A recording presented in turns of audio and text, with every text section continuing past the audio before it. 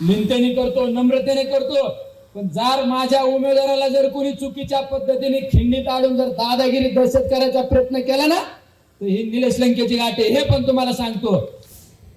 एका नेत्याचा पिये दारात जाऊन बसला आणि ते पोलिसांचा गन काढून हिंडतोय. गन का काय म्हणतात त्याला, तर पिस्टल का काय, आपल्याला तर काय माहित नाही, आपल्याला तर काय गरज नाही पडली मला हे गनधारी घेऊन हिंडायची. तो पिस्टल काढून हिंडत होता. अरे राम भाऊ आमचा जरी साधा दिसला, माझा सारखाच आहे ना, मी पण साधा आहे, पण आम्हाला हात पण जोडता येतात आणि भाया पण वर करतायत, हे पण तुम्हाला सांगतो. दादागिरी दहशत जर माझ्या कुठल्या उमेदवारा उदर केली ना तर पहिला निलेश लंके बाहेर काढायला लावू नका, हे तुम्हाला सांगतो.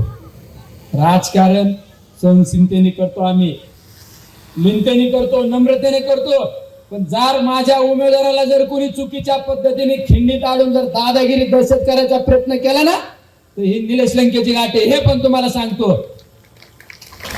ही दादागिरी घरी ठेवायची. निलेश लंके भायावर करून समोर येऊ शकतो, तुमच्यासारखा ऑफिस मध्ये बसून आदेश करणार नाही. तुम्ही बघा, हे करा, गुन्हे दाखल करणे ह्या गोष्टी आम्ही उकळून पेलोय, जेल बिल सगळं उकळून पेलोय आम्ही.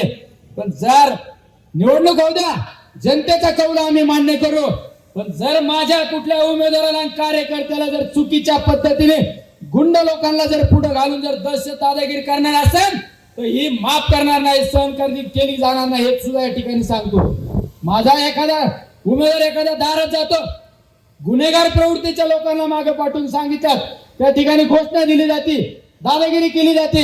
अरे दादागिरी करणं, गुंडगिरी करणं हे आम्हाला शिकू नका. तुम्ही व्हाईट कॉलर आहे, तुम्ही काचेच्या घरात राहता, आमच्या उदगडे आणण्याचा प्रयत्न करू नका, हे सुद्धा या ठिकाणी तुम्हाला सांगतो.